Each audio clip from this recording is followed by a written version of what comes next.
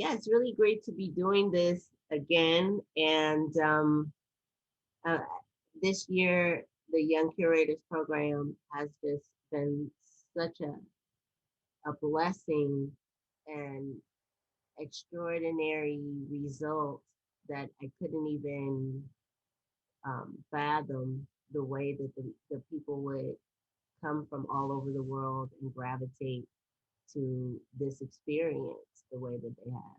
So I'm just like, want to make sure as many people as possible could get access to it. And, we're just going to continue to hold space and create this space for artists from all backgrounds to just show up in community.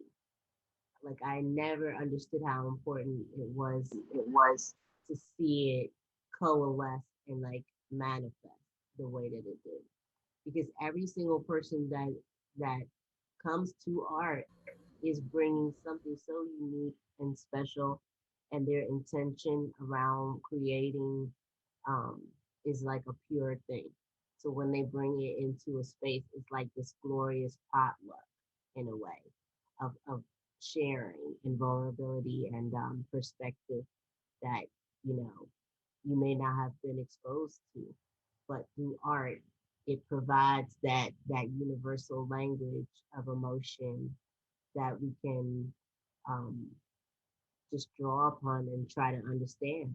So it's been a super healing experience, I think, for a lot of people because we made space to learn and plan and be very structured, but we also made space for the humanity to blossom in that space. So I'm in love with the program, which is why we are continuing and expanding and inviting a whole nother group of people from around the world to participate and share. So that's all I'm going to say for right now. And then I'm going to leave it to you, Maggie, if you want to just start chatting and doing the presentation, you guys. Sure, let me share my screen.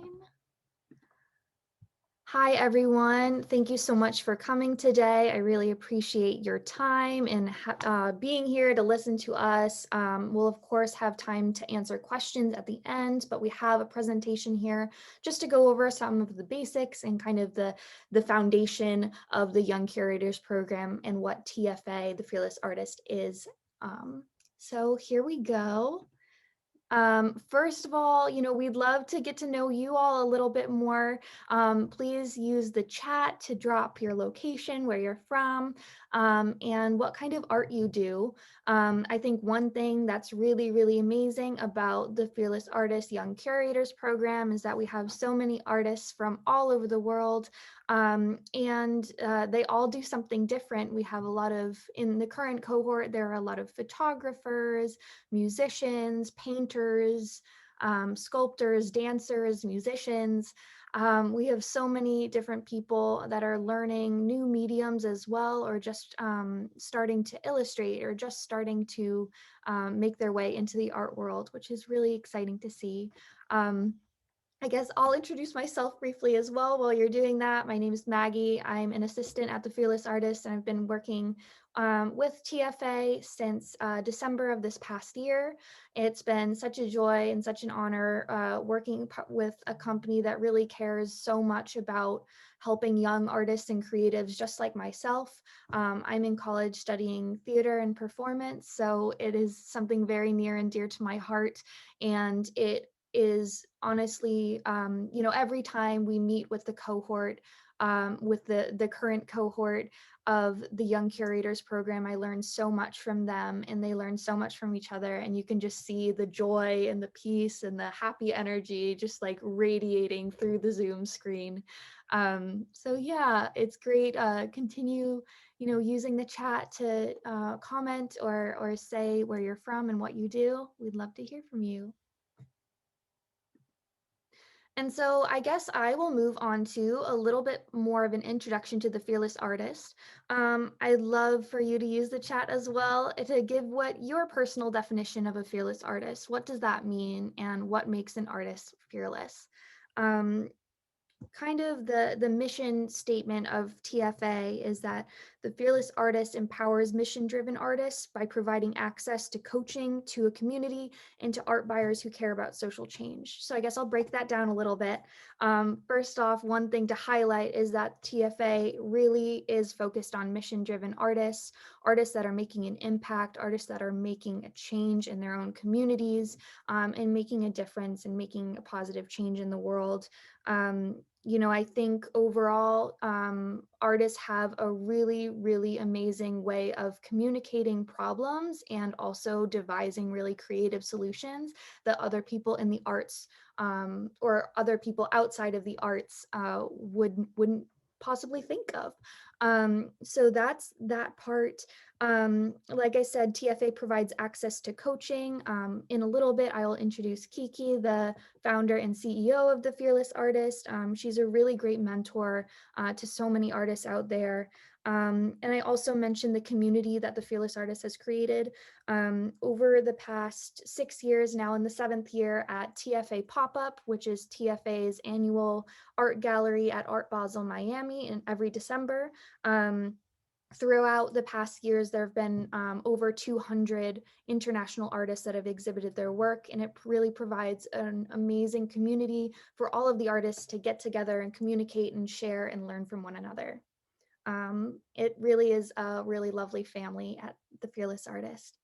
And then finally, TFA empowers artists by providing them access to art buyers who care about social change. We're really focused on, finding the people around the world that want to see work that reflects their own experience and is interesting to them, and represents a lot of diversity and hope for a better future along lines of climate change and racial justice and gender justice and all of these different things that we really care a lot about. And so here's just a picture I used just to highlight mission-driven artists. I hope a bunch of you out there are using your creative talents and your art to make a difference in this world. And so I suppose now a little bit more about the Young Curators program, just to give some background. The idea is to teach the next generation of artists to curate a fearless future. And we'll talk a little bit more about exactly what you'll be learning in a minute. But this program, it just started in this past January with the inaugural cohort. We had a really amazing, overwhelming response to this idea that artists, especially young artists, have a really difficult time kind of breaking their way into the art world, and navigating this feeling that they are an other, or that they don't belong in sort of the high establishment art world that we tend to think of, and that they don't belong in a gallery. And so we're really working to break down this idea. And like I said, there was an overwhelming response. We had over 150 applicants to the first cohort all over the world, and the current cohort, which started in January, and they've been meeting bi-weekly since then, is full of artists from the US, from the UK, and several other countries around the world. And they meet every other week to chat and to learn from Kiki about everything and how to be a fearless artist.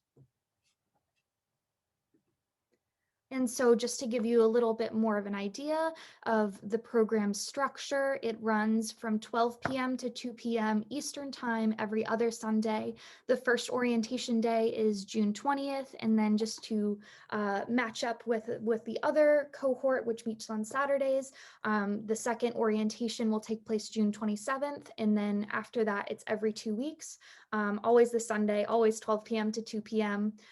There are really great opportunities as well, in addition to this time for instance, to meet with Kiki for one-on-one coaching or office hours, or also to give presentations. We think it's really important for the young artists to learn how to speak about their own work, and everyone will get the chance to do that. But sort of the foundation step is learning how to talk about someone else's work. So one major facet of the Young Curators program is that all of the artists participate in case studies, and they will share about an artist that inspires them. And then maybe some of you were able to attend last week, but we had presentations from artists about some of their own work as well. So these are just the first 10 dates, but it will go all the way around the year until next June, when the cohort will wrap up. And here I just want to give a bit more information about the structure. Again, the Fearless Artist Young Curators program is broken down into 3 different parts. The first, from Kiki, you will be learning the creative placemaking matrix, which is ideation, planning, promotion, and production. It's everything you need to know about creating your own event, through all of the stages, through just when you're figuring out an idea, all the way to promoting it and hosting the event there. Part 2, as I mentioned before, TFAPOPUP is TFA's annual gallery at Art Basel Miami. This takes place for this year, December 1st through 5th. And so all of the Young Curators program students or participants will get a chance to contribute their ideas and work on the exhibition for the gallery, and hopefully as many as possible will be able to come and attend and visit in Miami, and even show some of their work as well. The final part of the Fearless Artist Young Curators program is a showcase that is we're planning to have in New York. So that will be now in 2022 in the summer months. Those are the 3 portions. And without further ado, I'm going to introduce the founder and CEO of the Fearless Artists, who runs the Young Curators program and is an amazing mentor and teacher, Maggie. Somerville. Oh. 1 second. Yes, I'm so sorry. No worries. I missed, we do have some videos actually. Thanks. So, yes, thank you, Maggie. Hello, everyone. Good afternoon or good day, depending on where you are in the world. I'm Deja Ross. I go by Deja Nicole, working with the YCP Young Curators program and here at TFA. I just want to say welcome. Again, you all have already taken the first step by showing up to our first information section for our second cohort. So that's a fearless step, if you ask me. Just welcome. Along with Maggie and Kiki, along with Maggie, I am one of Kiki's assistants working with TFA and YCP. So I am, remember my face, because I'm somebody that you will be working very closely with during your journey and your time through the Young Curators program. This first cohort, like Maggie touched on, they are wonderful artists in their various disciplines. They wow me every time, every session, when they hit me up on the side. Deja, what are your thoughts on this? Deja, do you have any advice? What do you think of this? Should I talk to Kiki? Yes, talk to Kiki. That's what we're here for. So, I truly hope that as we continue through this information session, as I show you the various testimonials or the impact that YCP has had on our students, that you guys really take this in and learn something from it and wish to proceed. So I'm going to share my screen so that you guys can witness the impact for yourselves and hear it for yourselves from 3 of our students, Devin, Anuli or Lee, and Imani. Okay, can everybody see my screen? Yes, awesome. Actually, I'm going to reshare because I don't think I shared my audio, so just bear with me 1 second.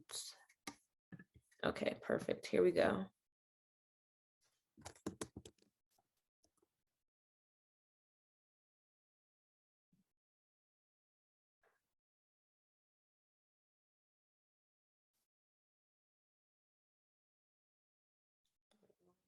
Technical difficulties. Okay, let's see something.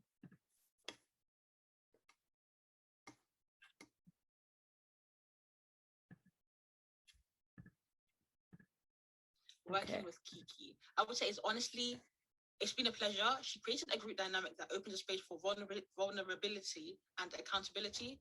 One thing I would like to emphasize about Kiki is the fact that she puts the voices of the young artists first. Even if she had planned to do something specific, if she notices or feels the conversation at hand is beneficial, she won't stop us. She rather reroutes and works around it. So I would definitely encourage everyone with an interest in the art world to apply for the Fearless Artist Young Curators program. So you just heard from Lee. She is a great, why did I stop sharing? I don't know. That was an accident. You just heard from Anuli, one of the students in the program. Next, I will play Devin. The Young Curators program definitely creates a safe space for us to discuss the entire experience of being an artist, not just the successes and the things that we do to pursue our goals, but how we sustain ourselves. It's really important to have that business knowledge, but also to have a community of individuals that you can share knowledge with and also share the experience with, so that you feel like you're not alone. So that was Devin. She is an Atlanta-based artist, wonderful musician. She rocks, literally. And I'm going to refresh this page so that we can hear from Imani. So what did I learn about the art business? I learned that the art business is in fact a business. And it deserves the same level of structure and stability that any other business requires. So yes, that was 3 of our students. We have at least 40 students in our cohort. Like Maggie touched on earlier, we had over 150 applicants for this first cohort. You heard the impact yourselves from 3 of our students. Continue to just hear the impact that Kiki is going to share and Maggie's going to share, and I'm going to continue to share. So yeah, I'm going to pass the mic back over to Maggie so that you guys can get into the meat of the Young Curators program information session. All right, and I jumped the gun a little bit earlier, but now, sorry about that. Now we get to hear from Kiki. She's the founder and CEO of the Fearless Artist, and the one who will be leading the Young Curators program as they learn all about the business side of the art world and how to run a successful event. From running TFAPOPUP and having just extraordinary success with that. I don't think I mentioned earlier, but in 2019, Art Basel's, in total, it was 6% of all Art Basel attendees across the world. So that's including Hong Kong and Switzerland, in addition to Miami. 6% of all attendees visited TFAPOPUP, which was the fourth most largely attended event at Art Basel Miami, and also really well reviewed, such as in TimeOut Magazine voting it the best of Art Basel events. So Kiki is really amazing. She has amazing experience in the art world, and is a really great connector and finding young artists and helping them along their journey. So without further ado, I'll let Kiki introduce herself.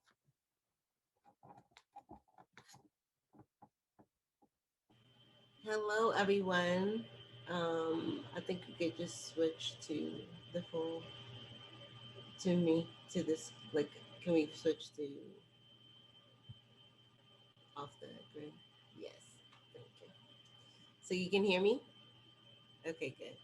So I'm Kiki Somerville, and it's a pleasure to speak with all of you today, and those of you who will see this on video, about the Fearless Artist Young Curators program and why it is such a revelation and a revolution in the field of art, for the future of art.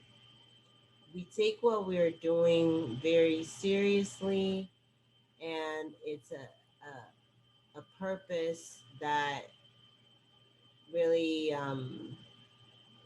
embodies kind of like my own life and what I feel like I'm here on this earth to do, which is maybe even help others find their purpose. There's a lot of skills that come to play with um I don't know why I don't have any background on this, but um there's a lot of skills that come into play with being a curator. And I think that a lot of young people who are trying to find their way and trying to find their talent may not even realize that they have a lot of the tools right there. So oftentimes when a student comes to me like on office hours or want a child on a one-on-one or coaching, I find myself doing more listening than anything else. And it's such a pleasure to watch people arrive at their own heart led decision making process and to embrace that and give them that opportunity to just reflect in a out loud. A lot of times your heart, your mind, your spirit will tell you what you need to know. It will give you all the information. But we're so conflicted with the signs and the distractions of the world and the problems and the fears that we face and other people's voice about our talent or how we value ourselves or our time, that the sacredness of the art making process gets filtered through a lot of that noise, and it is a very difficult pathway for the artist.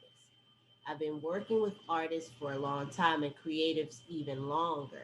So I first learned the creative business almost exclusively from that side before stepping over to the side of sort of advocating for artists through showing their work and helping them be able to articulate important conversations using their art as that language, as that tool. Um, I started out over 20 years ago doing as a production assistant at MTV in New York. And that was like my first job out of college, running around, to do a production. And so when you see these shows, these big award shows that are on TV, you don't know like what is behind the scenes, what's the energy, what needs to be done. It's pretty it's not as complicated as it may look, but it's orchestrated. It's about an orchestration of different roles that's all happening simultaneously to create this effect. So you learn in how to move as a unit within a unit within a larger unit in order to just stay super focused to get things done. So that was a great thing to do as a young person right out of college with that energy and curiosity about the entertainment world and things that I was consuming. How do they get made? And so following that, I decided to go to law school because I really wanted to understand, the economics of it and the transactive aspect of it. And it's one thing to understand this big business, but what about the individual actors, such as a musician or a singer or a writer, like the people that feed this culture beast, that feed this machine? What happens to them? What's their structure? And is it more interesting to me, again, from a spirit, heart, mindset, social impact orientation, to look more at how can I learn as much as possible to assist that group of people over here in the business world where I'm currently stationed. So I decided to go to law school, worked in an entertainment boutique firm, which I really didn't like because, again, the benefit that I was creating was not to people. It was to these systems that were very problematic to the extreme and toxic to me as a Black woman, as a person, a human. So why am I perpetuating these systems? Why am I validating these people by my presence and my talent? I can't, like, could no longer like really exist in that space. So I moved. My mother actually suddenly died and had a stroke, and I ended up just reevaluating my whole life as a lawyer, and just like kind of an obedient daughter who did like everything to follow the rule, of what you're supposed to do, and think, okay, well, no one is talking about the road to happiness. They're talking about roads to material fulfillment or outcomes. But who is teaching the road to fulfillment as an individual in a heart, spirit, mind alignment?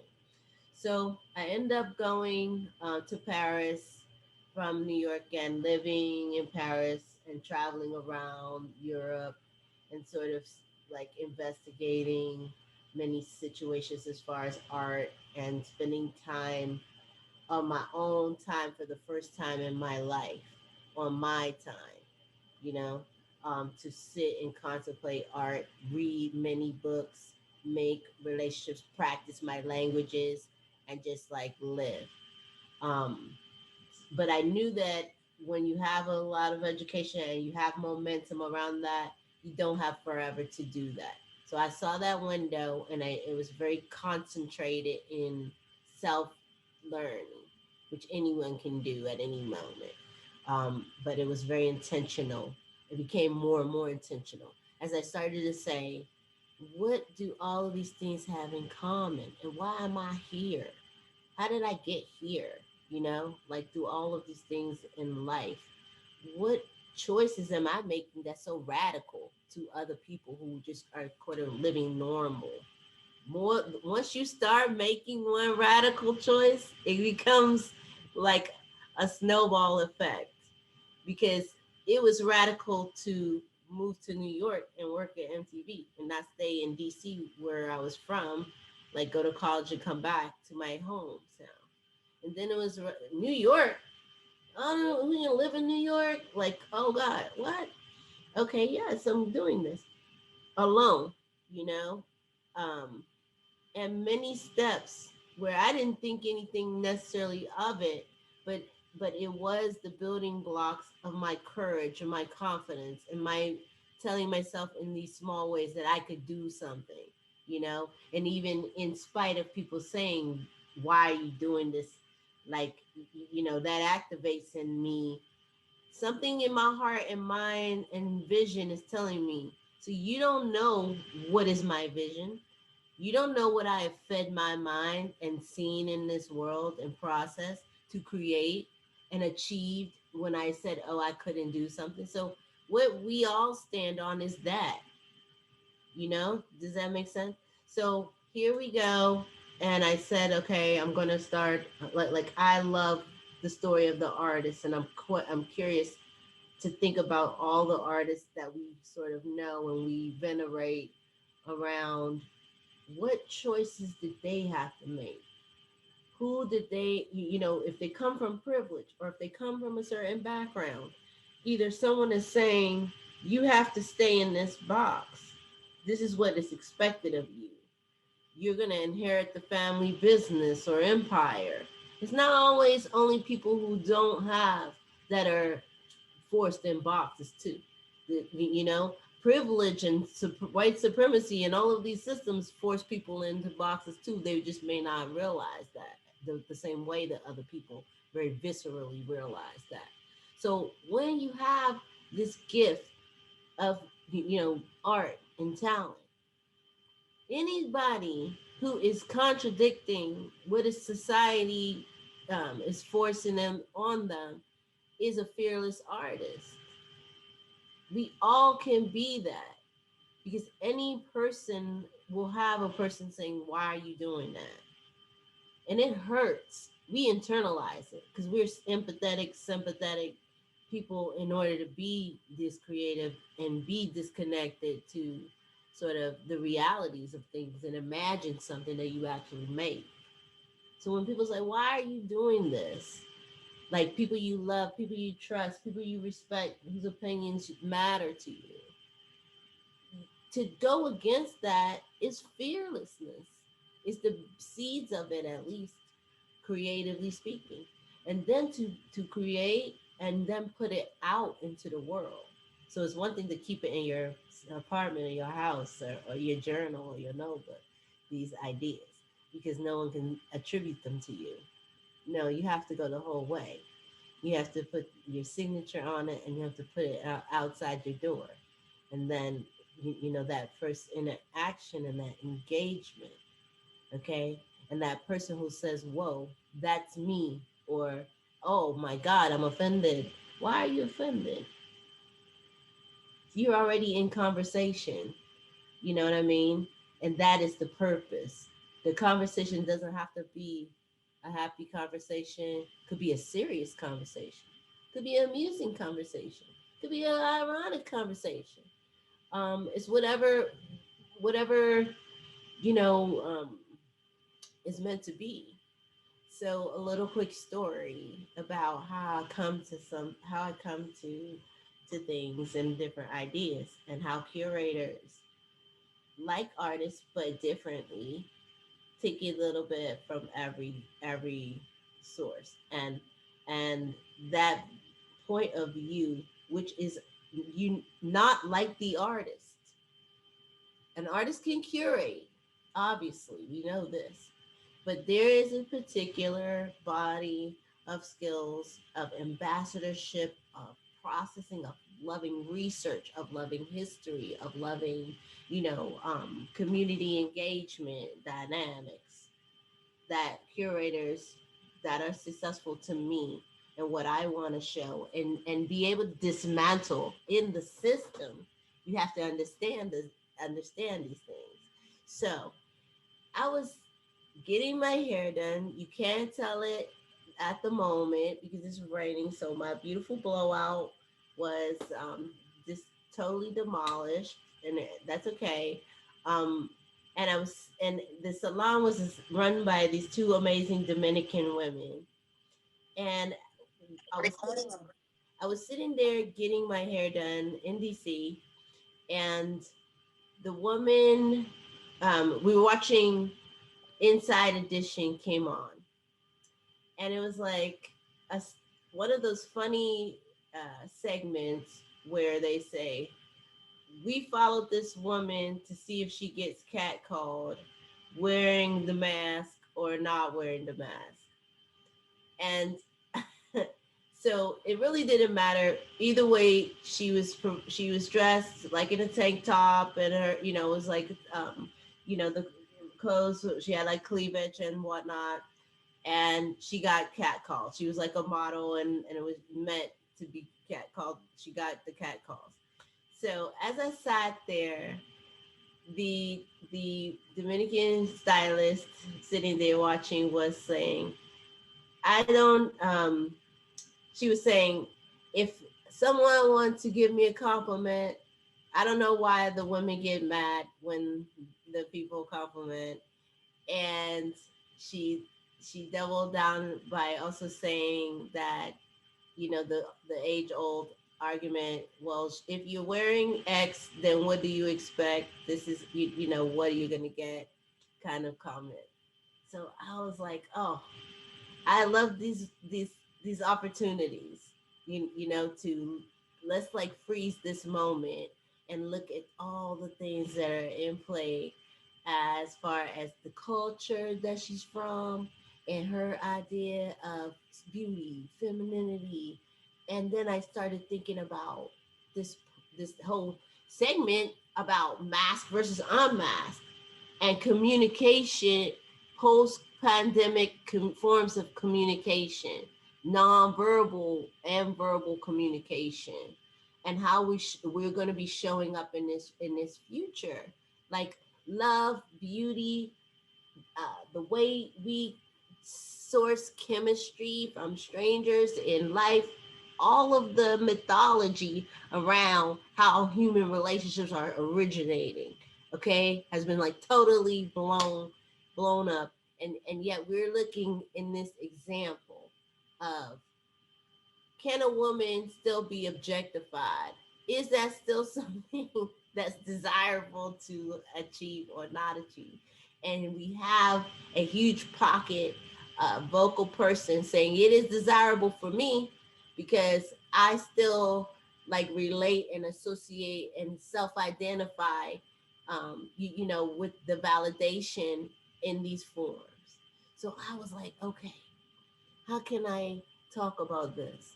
How can I like, I don't judge about, I don't come from the place of judgment or correction, okay? Because that's colonial, like from the beginning anyway. So I just say, hey, what, I try to play devil's advocate and pose questions. And I said, well, what happens if, you know, you say, the problem, maybe it's not the compliment, but it's what happens if you don't respond to the compliment that in a way that's unpredictable and makes people feel like in danger. So maybe some of these people are just trying to put a general boundary to protect everyone, because if this doesn't change, then who's going to get called on the police? Black and brown men, because some person said something to them. You keep like invigorating that potentiality. So maybe we're just talking about people want to feel safe, and that's the, like if you don't say, if you get this compliment, what if the guy gets angry and starts being aggressive towards you? So we just got into a beautiful opportunity where she was like processing these types of scenarios in a different way. And I'm like, yeah, in different generations, maybe they just prefer different ways of, being, and would rather not have to, have to deal with, maybe the friend is saying the compliment, but the other friend is not, like these kind of traumatic experiences for some people. Maybe they just prefer to make general, like make a change and so that I went and I had just got asked to do a show, to curate a show, and I have all these ideas about beauty in my head, and what and how we are going to be relating to it, and the power it has, the power, and whether or not it's like we just react to this idea of beauty being powerful so strong, and a lot of the reactions justify many things in many different cultures, that the woman's beauty is so powerful, and usually women beauty always attaching that as a feminine quality too, like um, it's so powerful that men can't control themselves. So this is how society's rules need to be in order to protect against that power. It's many, many historical stories from Pandora's box and many others, Eve eating the apple, that talk about the dangerous, of women being able to possess and weaponize such a power as what we think about when we think about beauty, particularly feminine, and how we use it on the contrary to make men feel threatened and less than, or as described as effeminate in certain behaviors. So we're in a conversation of gender fluidity in this moment, and identity, and space of how, when you see me, or you see a black man, or you see, an Asian person, like, what are you really seeing? And why is it threatening? What is it? What, let's get to the root of a lot of these things. And I think that conversation took me into literally a meeting with with the director that wants me to curate this gallery. So how do I come? By living in the world and listening, by listening to the things that not only my professors at GW in the MFA program, or other elite artists, or collectors, and No, I'm in the I'm with the people always. I'm with the young people always. I'm looking around to see what is relevant and what is in the future, not the past. And I absorb the past as much as it is useful to me, and not dictating what is right or good or bad. I choose those things in my own mind's eye from the many interactions and engagements where I've been able to be opened by other people. So, to make a long story short about what actually do I do in terms of talking, listening, coming up with ideas, meeting with artists, and really understanding how I could be that bridge for them, that ambassador to help them tell their story in the right and most impactful way. That is what, to me, the heart of curating is taking care. It actually means care in Latin, the word curate, and it means to literally shepherd and protect the intention of that in which you show. And I've learned so much about how different artists and cultures are treated as far as their art, without respect for their intent, for the intention of the creator to be seen and absorbed by different audiences. So somehow, if that story gets lost in the translation done by that gallerist or curator or other institution, that is again reinforcing these systems, and that's what happens. That's why there's uh, difficulty for women in this field, or difficulty for people of color in this field, because there's no one there to maintain the integrity of their intention. There's no one there in the spaces that matter to do that. And if we can empower you all to be that and do that, the the impact is exponential, because you create for multitudes and you impress upon multitudes the importance of art, the importance of community, the importance of innovation, the importance of conversations as vehicles for change. Everyone that goes beyond and thinks about what was said in any of these sessions, in any of these case studies, and does something differently, okay, applies for that thing when they would have told themselves that they couldn't get it and gets it. We are growing as a world, as a community, and putting back good over good over good. That's what I think. Um, and if nothing more than people knowing literally that they could talk about a health issue, as far as like a few weeks ago, coming to the forum. That's how safe people have been made over time to feel, or reaching me to talk about personal things that are blocking their creative um, structure. And they are striving to be professional, but understand that you must grapple with these things, because as I said, we as creative professionals take life and repurpose it in ways others don't. So that psychic impact takes a toll. Just like if you were a doctor or a soldier or some type of frontline worker, or a social worker or a teacher, and you kind of come home and you're a little bit shaken and stunned from all of the energies that you've sort of been around and whatnot. It's the same as an artist. So if you don't know, how can I be both professional when I am exhausted, or I'm scared, or I'm afraid, or I'm pissed about what's happening, all these different things? How can I also be held to these other standards? Because if I don't care about my social media, if I'm mispricing my work because I don't understand the aspect of pricing, if I don't know how to write a grant proposal, since I'm going to be funding my work through that vehicle, who do I ask about that? Who do I show my portfolio to? and see if I'm on the right direction. Who do I write?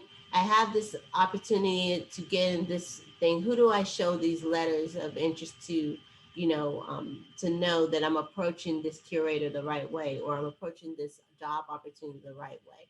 This is what we fix and what we work on. That's what we are like committed to doing in the space of this program. So it really comes down to what people put into it. And, um, it takes a lot of dedication to be serious about your art career. And I'm happy to be here for you all. And thank you. And that is all that I will say. I will give it back to you, Maggie. Thank you so much. I could talk about this forever. Thank you so much, Kiki. That was awesome. So here we have, just to give you a little bit of a preview of the first part of the Young Curators program, or the first few sessions. It's going to be focused again on the creative placemaking matrix, which Kiki developed. In the first part, we'll start with ideation, how to create mind maps, conduct interviews and research, and come up with a solid topic that is going to be really marketable, and something people are interested in making sure that you have all of the information you need to pursue it further. Next would be planning, which is talking about, putting together your team, all of like the creative discussions that you need to have, administration, and also figuring out funding, which is, to me, that's something that I always think is daunting. And I think that is the case for a lot of young artists out there. And so the planning section of the creative placemaking matrix is going to really tackle that and teach you how to find different methods for funding. One thing, I want to leave this up for just a second, but we'd love to hear from you as what is the biggest issue facing young artists now, in your opinion? A, lacks of self-esteem. B, they don't have the right connections. C, they don't know how or where to start. D, they lack a business mindset. Or E, or all of the above. And you can also type out your own response in the chat. But yeah, I think a lot of these issues or young artists are facing a lot of these issues all of the time, and it's something we need to address. And then here, so the last two parts of the creative placemaking matrix.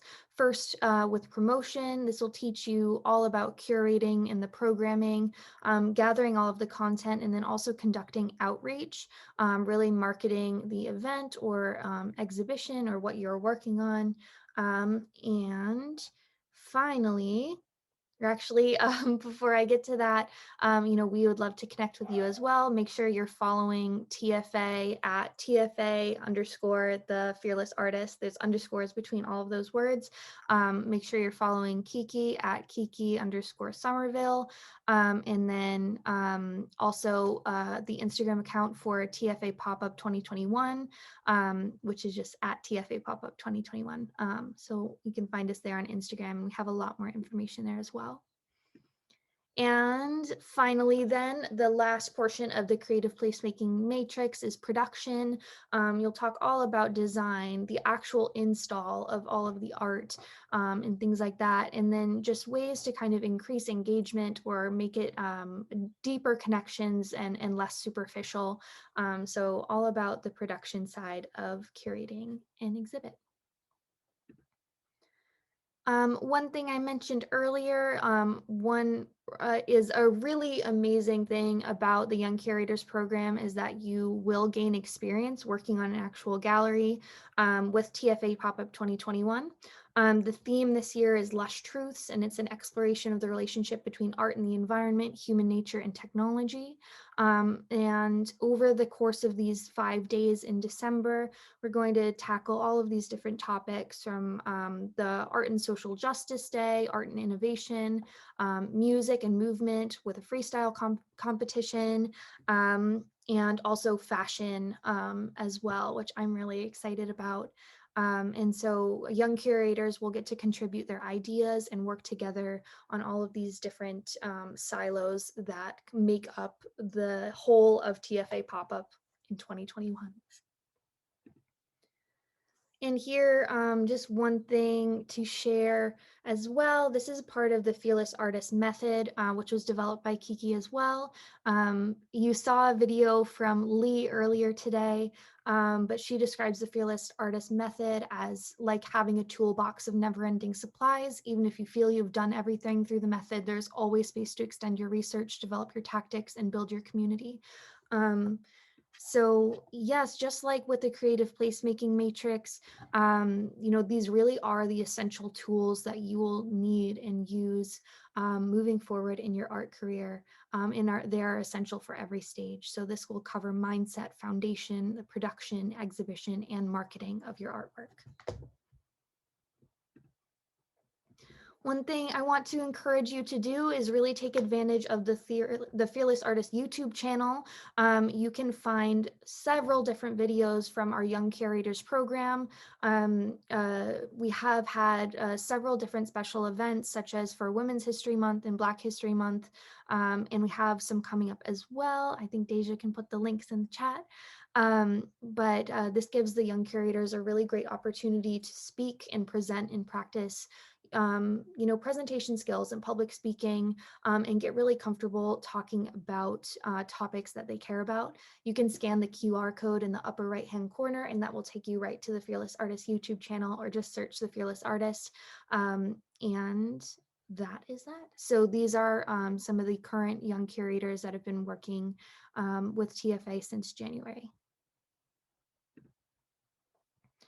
And then just quickly to go over the benefits from the Young Curators program, why you should join. If it wasn't clear already, you need to learn how to get your art seen, shared, and sold. All three of those are essential to having a really successful art career. You'll also join an international community of artists and art professionals. The mentors that TFA is able to bring into the program, their advice is really invaluable, and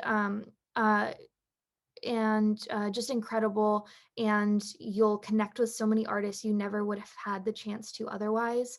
Also, it's great for feedback and mentorship from Kiki, as well as the other young curators in the cohort. And you'll have opportunities to collaborate with other artists, and like I said, exhibit and really show your work and collaborate and help with the exhibition and production of TFA Pop-Up during Art Basel Miami. And so just how to join really quickly is tuition is $100 a month. You can think of it as just $25 a week. The deposit will be due on the acceptance into the program, and that's just $100.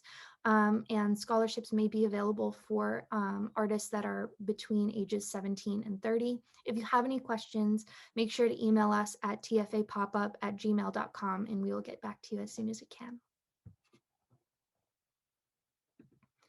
And here I just have another QR code, so make sure that you scan that and get the application.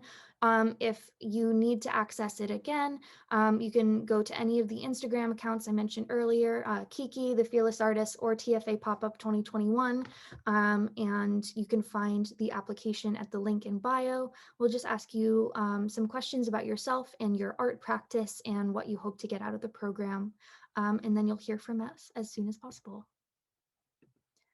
Finally, if you'd like to put in your deposit now, with the spaces being very limited, these are just the QR codes and things to pay either on Venmo or Cash App, whatever works for you.